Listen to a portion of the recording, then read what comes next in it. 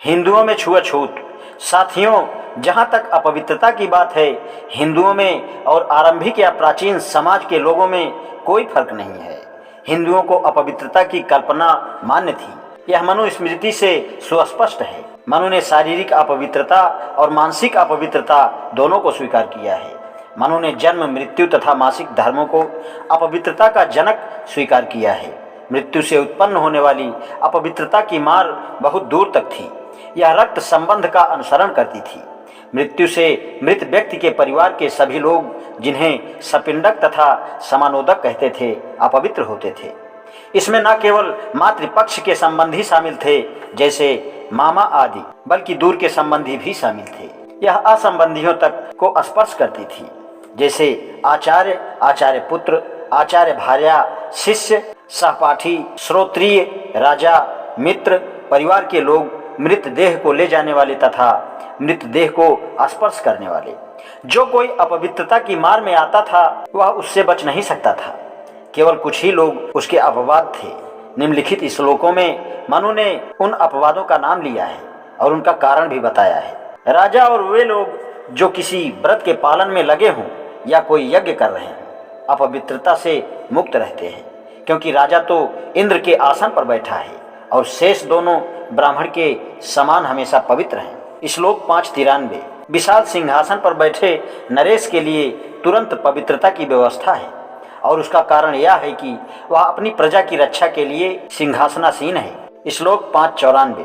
जो किसी युद्ध या संग्राम में काम आए हैं, या बिजली के गिरने व राजा द्वारा मारे गए हैं, या गौ या ब्राह्मण की रक्षा में मरे हैं, उनके संबंधियों और उनको अपवित्रता के बावजूद राजा पवित्र देखना चाहता है। श्लोक 595। राजा संसार के 8 संरक्षक देवताओं चंद्र, अग्नि, सूर्य, वायु, इंद्र, कुबेर, वरुण तथा यम का अवतार होने से पवित्र है। श्लोक 596।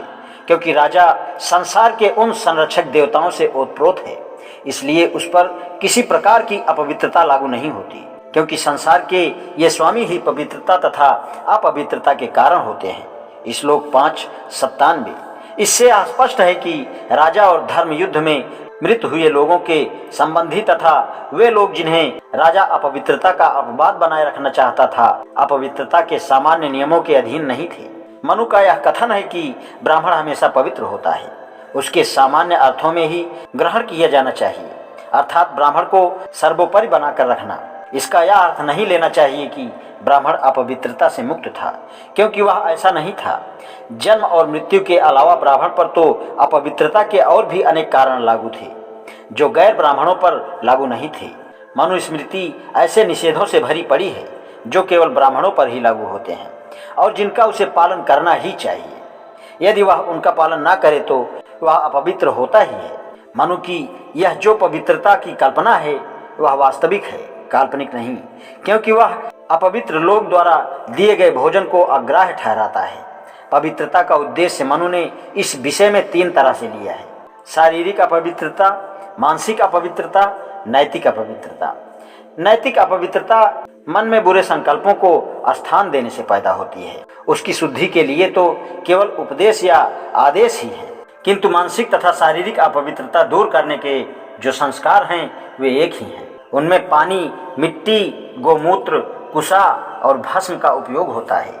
मिट्टी को मूत्र, कुशा और भस्म का उपयोग निर्जीव वस्तुओं के संपर्क में आने से उत्पन्न होने वाली शारीरिक अपवित्रता को दूर करने में होता है।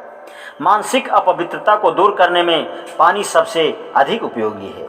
उसका उपयोग 3 तरह से होता है: आचमन, स्नान तथा छिड़कना।